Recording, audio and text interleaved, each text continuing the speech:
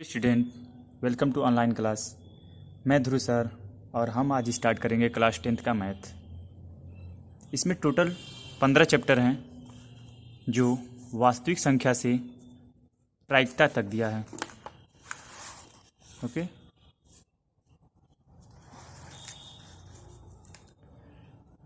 Chapter को शुरू करने से पहले कुछ चैप्टर के बारे में इम्पॉर्टेंट बातें जान लेते हैं कि वास्तविक संख्या क्या होती है, इसमें क्या क्या इम्पोर्टेंट चीज़ें हैं उसके बारे में जानते हैं। तो चलिए शुरू करते हैं। सबसे पहले हमें ये जानना चाहिए कि संख्याएं क्या होती हैं। संख्याएं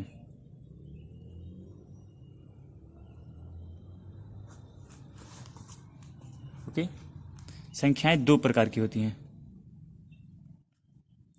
वास्तविक संख्या, पहला है वास्तविक संख्या,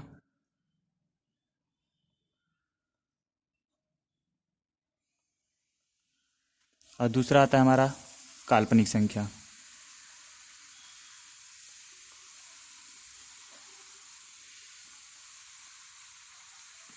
वास्तविक संख्या के बारे में इस चैप्टर में हम लोग पढ़ेंगे।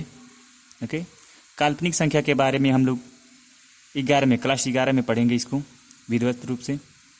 इसमें क्या होता है कि मान लीजिए कोई x² + 3 = 0 दिया है कोई समीकरण।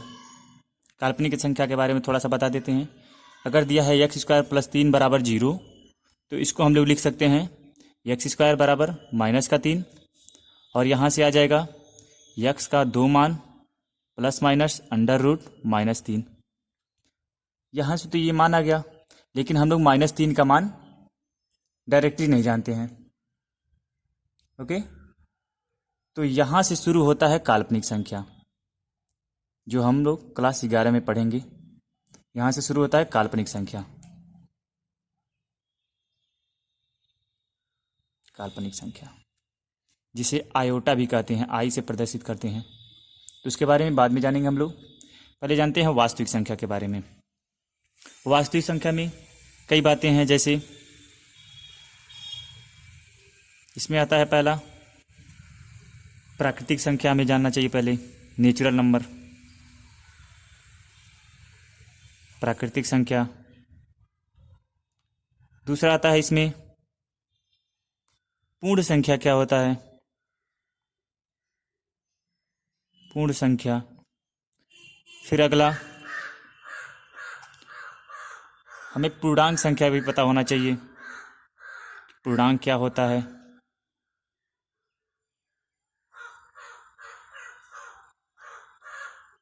अगला हमें सम और विषम के बारे में भी जानना चाहिए।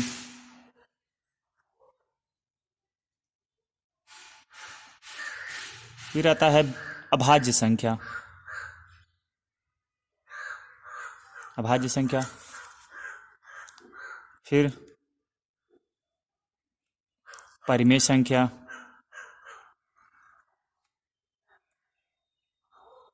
अपरिमेय संख्या।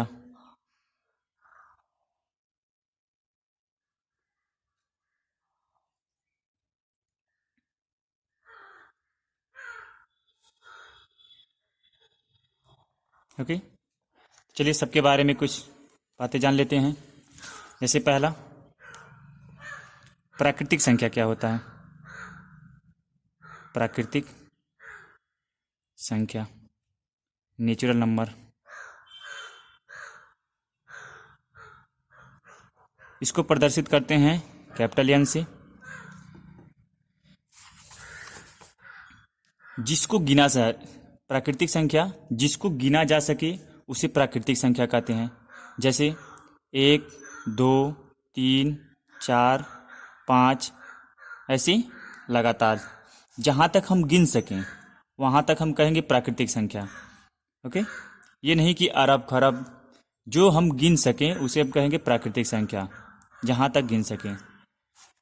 जैसे 1, 2, 3, 4, 5, 6, 7, 8, 9, 10, यहाँ तक हम लोग काउंटिंग कर सकते हैं, और भी 100, 200, 300, 400, तो ये प्राकृतिक संख्या हो गया। जिसे गिना जा सके उसे प्राकृतिक संख्या कहते हैं। दूसरा है हमारा पूर्ण संख्या। पूर्ण संख्या।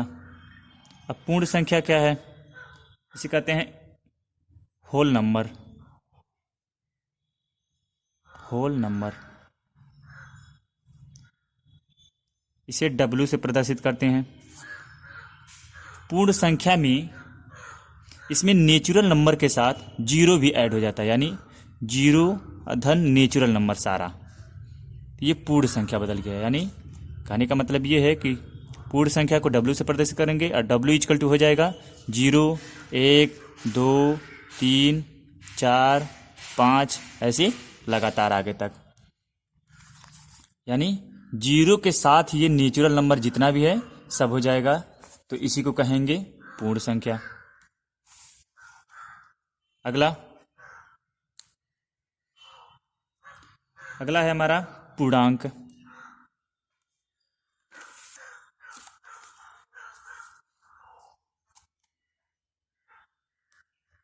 पूर्णांक क्या होता है? यानी इंटीजर।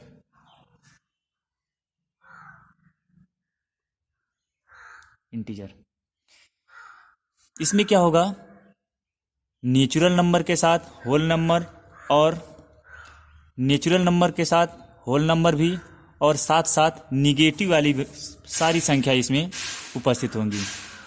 नेगेटिव वाली सारी संख्याएं, जैसे -3, -2, -1 और 0, 1, 2, 3, 4 ऐसे इधर भी बढ़ता चला जाएगा और इधर भी। तो इस तरह से हम कह सकते हैं नेचुरल नंबर के साथ साथ होल नंबर, यानी जीरो सहित यहाँ से नेचुरल नंबर हो गया और ये हो जाएगा होल नंबर यहाँ से, और इसके साथ निगेटिव वाली भी सारी वैल्यू आ जाएंगी, तो वो हो जाएगा इंटीजर यानी पूर्णांक। तो इसको कह सकते हैं इसमें नेचुरल नंबर के साथ साथ निगेटिव वाली संख्या भी होती हैं, जैसे -3, -2, -1, 0, 1, 2, 3, 4, 5 ऐसे ये बढ़ता चला जाएगा। अगला है हमारा सम संख्या। सम यानी इवन। ऐसी संख्या जो 2 से भाग देने पर शेषफल शून्य बचे। ऐसी संख्या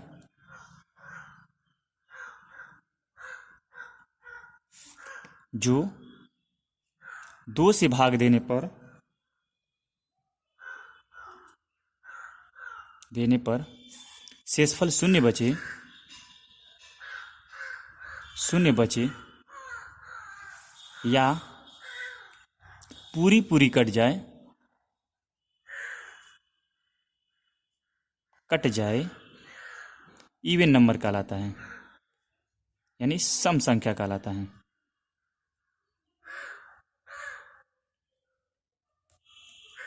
ओके, जैसे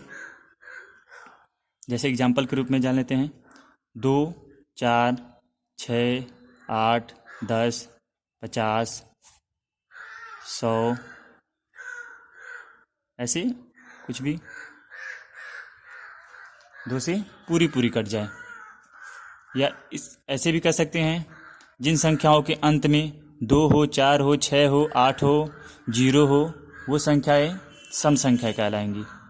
0 हो, 2 हो, 4 हो, 6 हो, 8 हो, अगर जिन संख्याओं के अंत में ये रहता है तो वो सम संख्या कहलाएगी। और सम संख्या तो आप जान ही चुके, ऐसी संख्या जो 2 से भाग देने पर शेषफल शून्य बचे या पूरी कट जाए सम संख्या कहलाता है। अगला आता है हमारा विषम संख्या। विषम यानी ऑड नंबर। ऐसी संख्या जो 2 से भाग देने पर पूरी ना कटे या शेषफल 1 बचे। इसे भी लिख लेते हैं, ऐसी संख्या जो 2 से भाग देने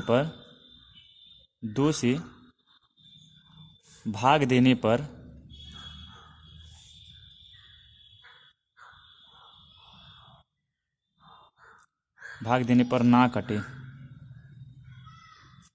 उसे विषम संख्या कहते हैं।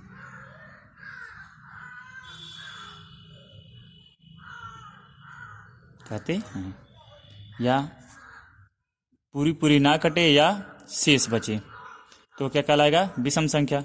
जैसे 3, 5, 7, 9, 11, 13, 15, 21, ऐसे बहुत से। अगला आता है हमारा विषम अभाज्य संख्या।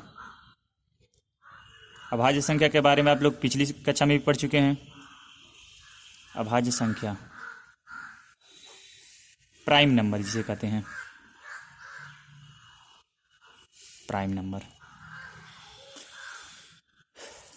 ऐसी संख्या जो एक व स्वयं से कटे उसे अभाज्य संख्या कहते हैं। सिंपल सा डिफिनीशन है। ऐसी संख्या जो एक या स्वयं से कटे,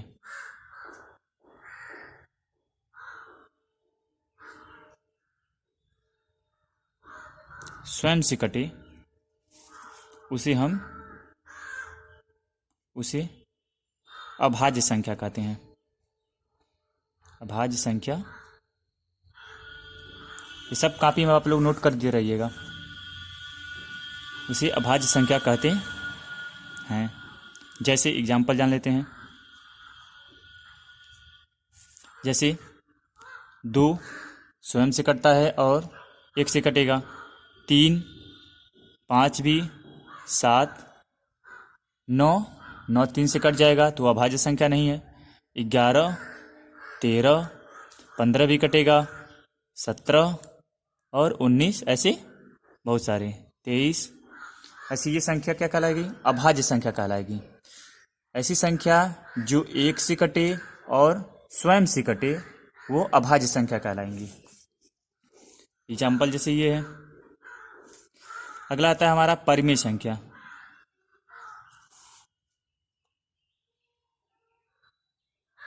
परिमेय संख्या ये बहुत ही इंपॉर्टेंट है। ऐसी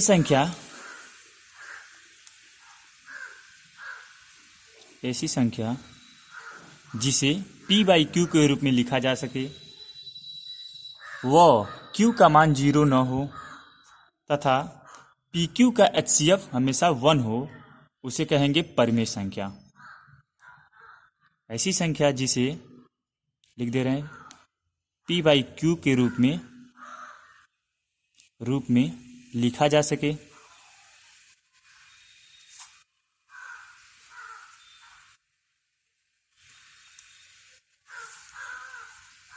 जहां q नॉट इक्वल टू 0 यानी q 0 के बराबर नहीं होना चाहिए, वो pq का HCF तो जानते हैं आप लोग, एक होता है LCM, एक होता है HCF। तो यहाँ पे HCF की बात किया जा रहा है, यानी हाईएस्ट कॉमन फैक्टर। HCF 1 हो तो वो क्या कहलाएगा? परिमेय संख्या। जैसे एग्जाम्पल बता दे रहे हैं। अगर दिया है 2/3, तो इसमें देखिए आप लोग 2 व 3 का HCF 1 है। 2 और 3 का HCF क्या है? 1 है। अब ये पता रहे आप लोग, 0 क्या परिमेय संख्या है या अपरिमेय संख्या? 0 परिमेय संख्या है। कभी पूछ देगा तो आप लोग ध्यान दीजिएगा, 0 परिमेय संख्या है। अगर कोई संख्या के नीचे 0 लिख दिया जाए तो ये अडिफाइन हो जाएगा, अनडिफाइन।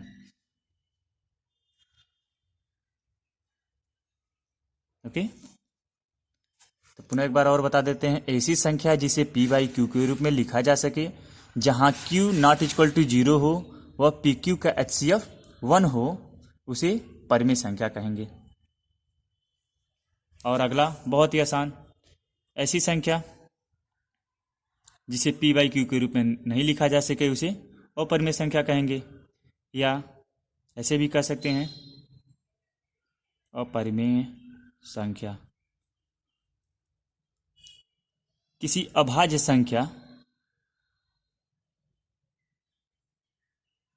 संख्या का अंडर रूट कर दिया जाए तो वो अपरिमेय संख्या कहलाएगा।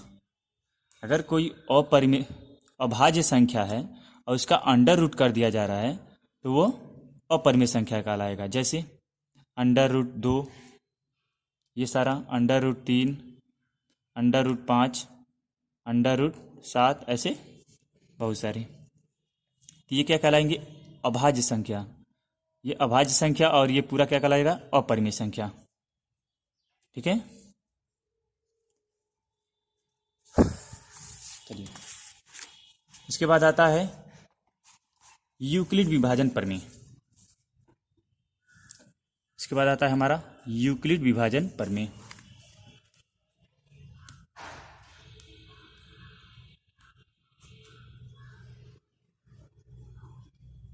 जो इस चैप्टर से रिलेटेड है।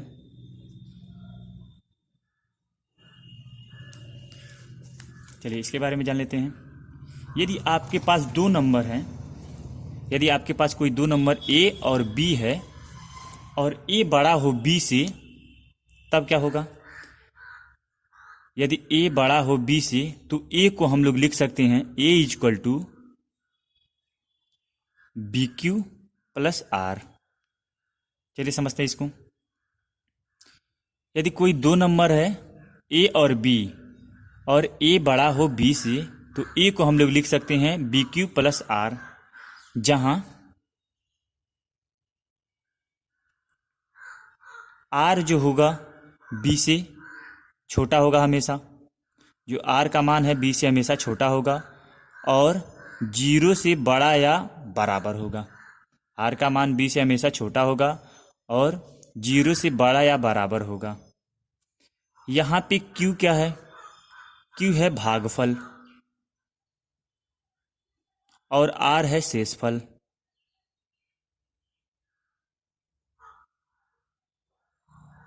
ओके, तो इसे कहते हैं यूक्लिड विभाजन प्रमेय। यही है हमारा यूक्लिड विभाजन प्रमेय। यदि दो संख्या दिया है तो उसको हम लोग A equal to BQ plus R के रूप में लिख सकते हैं, जहां Q है भागफल और R होता है शेषफल। ओके, जैसे एक एग्जांपल देके बताते हैं हम लोग आपको। अगर दिया है 7 और कोई संख्या दिया है 3, तो यहाँ पे 7 बड़ा है 3 से, तो 7 को हम लोग क्या लिख सकते हैं? 7 को हम लोग लिख सकते हैं, तो मान लीजिए ये A है और ये B है, तो अतः यूक्लिड विभाजन प्रमेय से यहाँ लिखेंगे यूक्लिड विभाजन प्रमेय से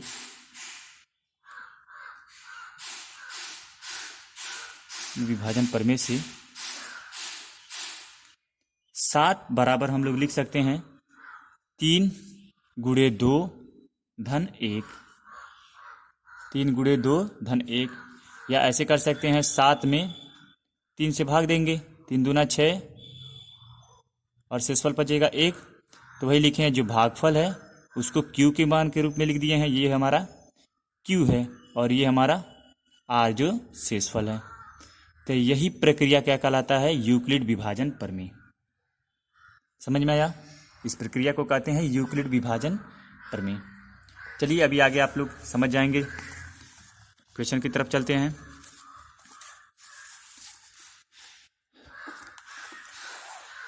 ध्यान दीजिएगा,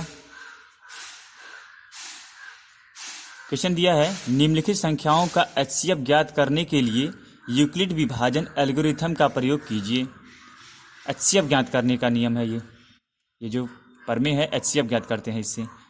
पहला दिया है 135 और 225 का HCF ज्ञात करना है। चलिए क्वेश्चन लगाते हैं। पहला 135 और 225 का हमें HCF ज्ञात करना है। किस विधि से? यूक्लिड विभाजन विधि से हमें इसका HCF ज्ञात करना है।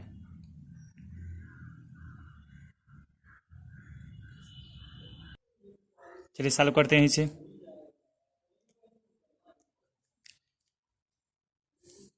यहां हम क्या देख पा रहे हैं? 225 जो 135 से बड़ा है, 225 135 से बड़ा है, ये मान लीजिए ए है और ये बी है, तो यूक्लिड विभाजन प्रमेय से, तो लिखेंगे यूक्लिड विभाजन प्रमेय से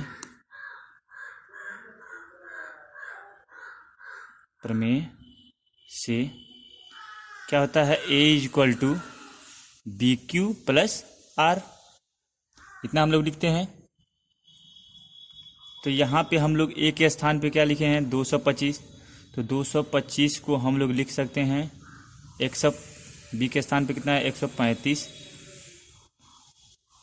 इंटू क्यू का मान निकालने के लिए हम क्या कर रहे हैं, भाग दे रहे हैं यहाँ पे 135 से 225 में भाग देना है। तीन संख्या यहाँ भी तीन संख्या, यानी एक बार जाएगा 135, बचेगा 0, ये हो जाएगा 9। ओके, पुनः 90 से भाग देना है 135 में। ये भाग तब तक देना है जब तक शेषफल शून्य न बच जाए यहाँ पे। तो ये भी एक बार जाएगा, 5 हो गया 4, पुनः भाग देंगे 45 से 90 में। एचसीएफ निकालने का तरीका तो पिछली कक्षाओं में पढ़ चुके हैं, वही तरीका है यहाँ पे, लेकिन हम लोग यहाँ पे यूक्लिड विभाजन प्रमेय से करेंगे। पहले इसे हम लोग निकाल ले रहे हैं, 2 बार में जाएगा, यानी इसे यहाँ पे शेषफल शून्य आ गया।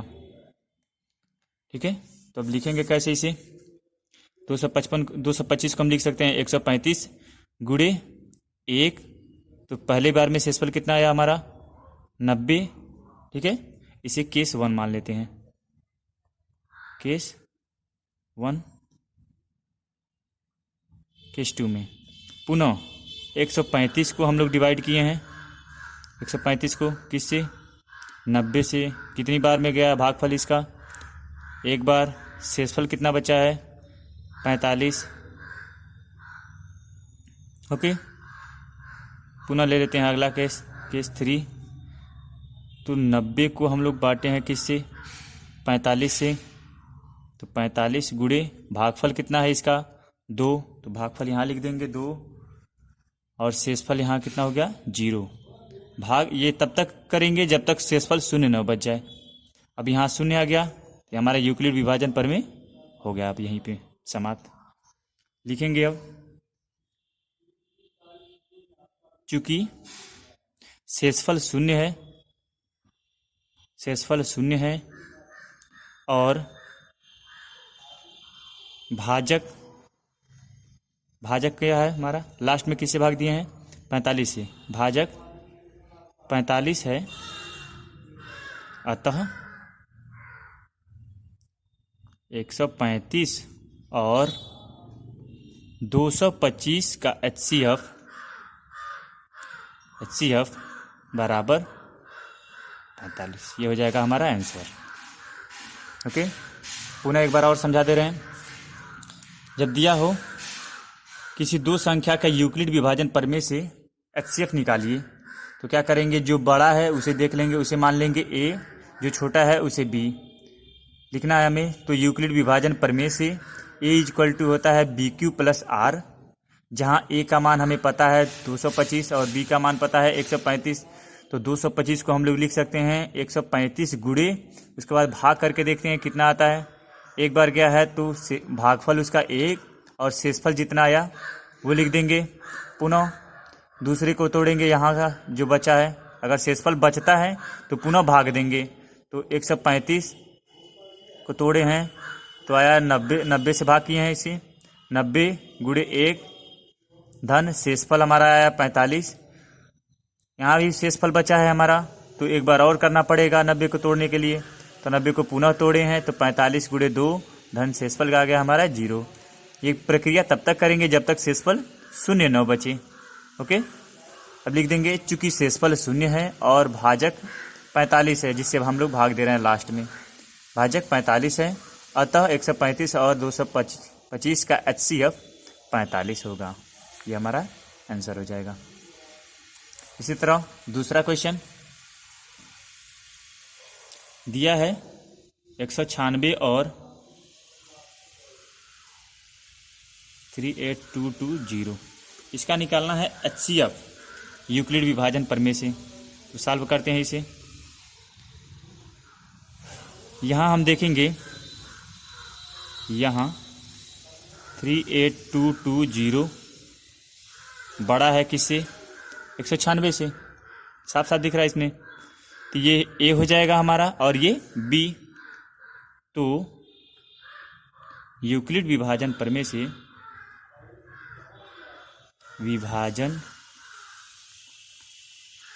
से लिखेंगे A equal to B Q plus R. A के स्थान पे हमारा है 38220 और बी के स्थान पे 196 गुणे, अब भागफल हम लोग कर ले रहे हैं इधर। तो क्या हो जाएगा? 38220 में भाग दे रहे हैं 196 से। 3 संख्या ले ले रहे हैं इधर, तो एक बार में पहले जाएगा 196। अब यहाँ पे घटा ले रहे हैं, कितना आ जाएगा? 6, यहाँ बच जाएगा 8, ये ख़त्म हो जाएगा। नहीं, 3 में से 1 जा, 2 में से 1 जा, 1 बचेगा। पुनः अब इसमें भाग तो जाएगा नहीं, 2 को उतार लेंगे। लगभग ये 1800 है, यानी 9 बार जाएगा लगभग। देख लेते हैं तो हो जाएगा कितना? 4, ये हो जाएगा 6, ये 17। ओके, माइनस कर लेते हैं इसे। 8, यहाँ बच जाएगा 9, ये ख़त्म हो जाएगा। पुनः 0 उतार लेंगे। अब कितनी बार भाग जाएगा? लगभग 5 बार ले जाते हैं। 30, 45, 8, 5 का नंबर 5 और 9, ये आ गया। यहाँ पे शेषफल 0 बच गया, सब कट जाएगा। तो शेषफल 0 बच जा रहा है, तो हम इसे लिखेंगे 196 गुणे 195 धन 0। यहाँ पे r का मान क्या हो गया? r इक्वल टू 0 हो गया। तो इसके आगे हमें अब करना नहीं है, यहीं पे हो जाएगा ये समाप्त। तो लिख देंगे, चूंकि शेषफल 0 है और भाजक कितना है? 196 है, अतः 196 और 38220 का HCF हो जाएगा हमारा 196। ये हो जाएगा हमारा आंसर। एक बार और समझा दे रहे हैं। ये A है, ये B है। इसको हम यूक्लिड विभाजन प्रमेय से हम लोग लिख सकते हैं A equal to B Q plus R. A को हम किस रूप में तोड़े हैं? 196 गुणे 195 धन 0, भाग दिए। यहाँ पे शेषफल 0 आ गया है, तो एक ही बार में ये 0 हो गया है। तो यहाँ पे लिख देंगे, चूंकि शेषफल 0 है और भाजक 196 है, अतः इनका HCF 196 होगा। ओके, चलिए अगला क्वेश्चन। अगला क्वेश्चन दिया है 3 नंबर।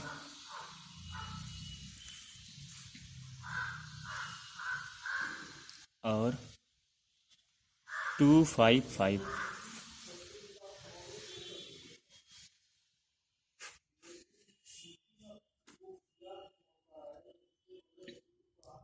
जहां हम देख पा रहे हैं, यहाँ 867 बड़ा है किससे? 255 से। तो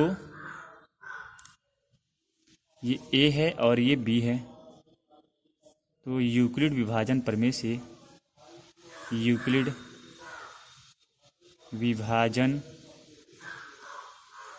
से लिखेंगे A equal to B Q plus r, जहाँ A equal to 867, B equal to 255। तो हम लोग लिख सकते हैं 867 बराबर 255 गुणे, पुनः अब हम लोग क्या करेंगे, भाग देंगे। चलिए इधर भाग देते हैं 255 से 867 में 3 बार, तो 6 3 बार जाएगा अधिकतम, हो जाएगा 5 6 और ये 7, घटा दीजिए, बचेगा 2 0 और ये 1, पुनः भाग देंगे 225 में, सॉरी 255 है ये, हाँ सही है।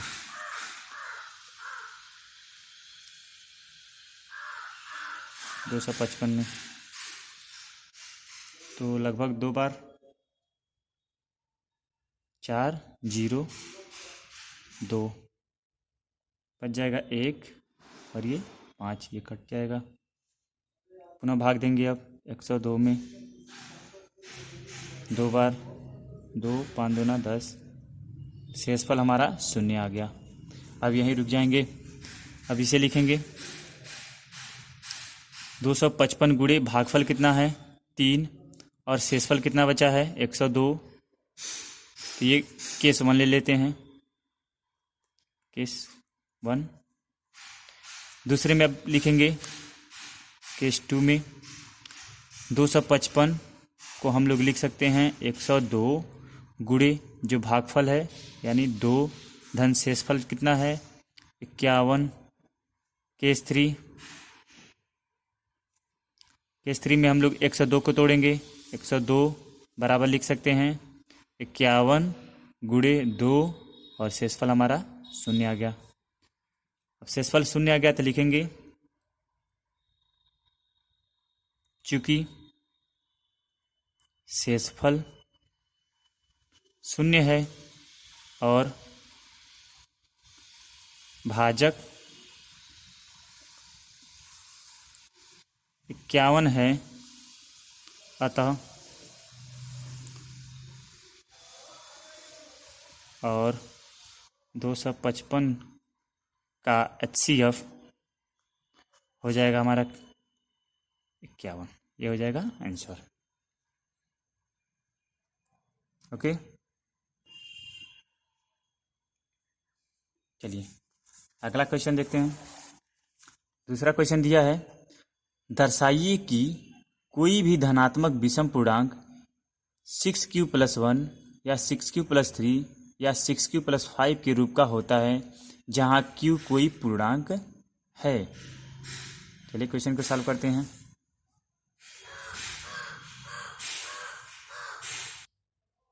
इस क्वेश्चन में हम लोग एक चीज देख रहे हैं कि दिया है सभी धनात्मक पूर्णांक विषम पूर्णांक 6q + 1 6q + 3 6q + 5। यहाँ से हमें एक चीज़ मिल रहा है कि ये 6 जो है b का है, जैसे हम लोग लिखते हैं यूक्लिड विभाजन प्रमेय में a = bq + r, तो b के स्थान पे हमें 6 मिल रहा है, तो यहाँ से हम लोग एक चीज़ निकाल लिए। अब चलिए क्वेश्चन को लगाते हैं। माना a एक विषम पूर्णांक है,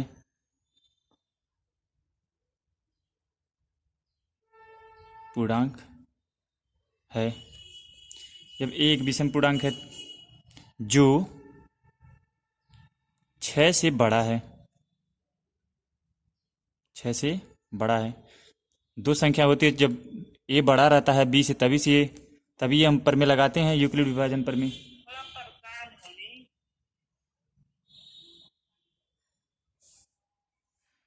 ये प्रमेय हम तब लगाते हैं जब a बड़ा होता है b से, यानी यहाँ a बड़ा है b से जो 6 से बड़ा है। b का मान हम लोग देख चुके हैं कि 6 है, यहाँ से हर एक में कॉमन दिख रहा है 6, अतः लिख सकते हैं अतः शेषफल 6 से कम होगा।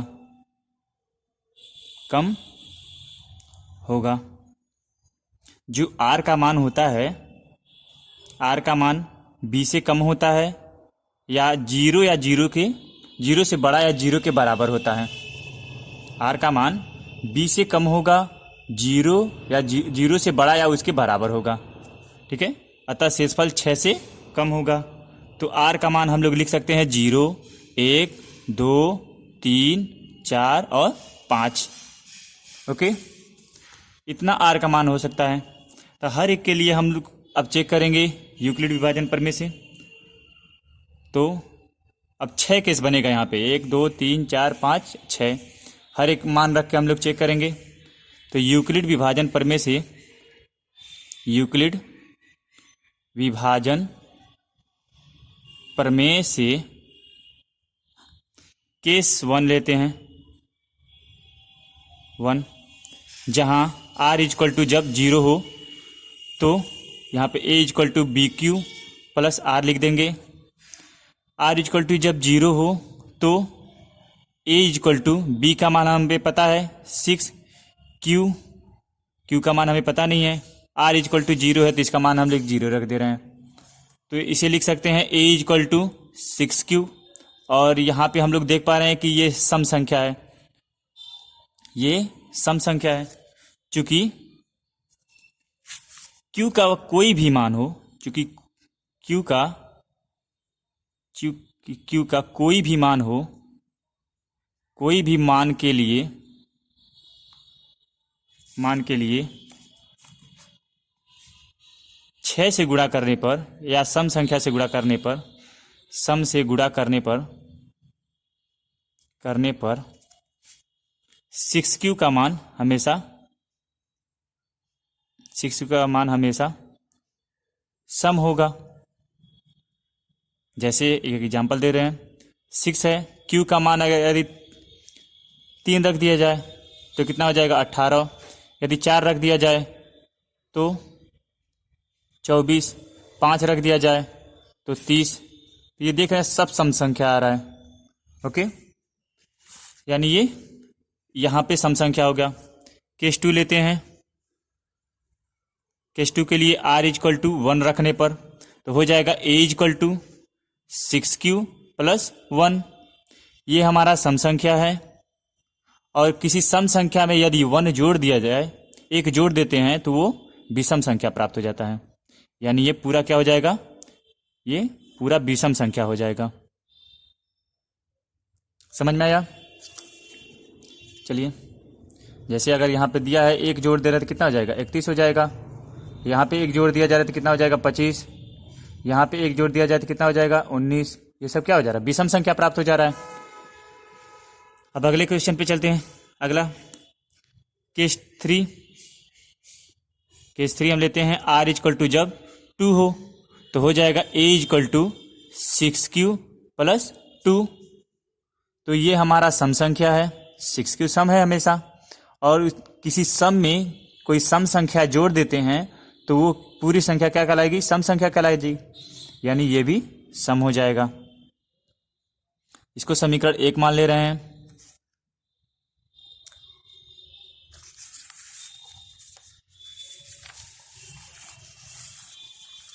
चलिए, केस 3 के लिए, केस 3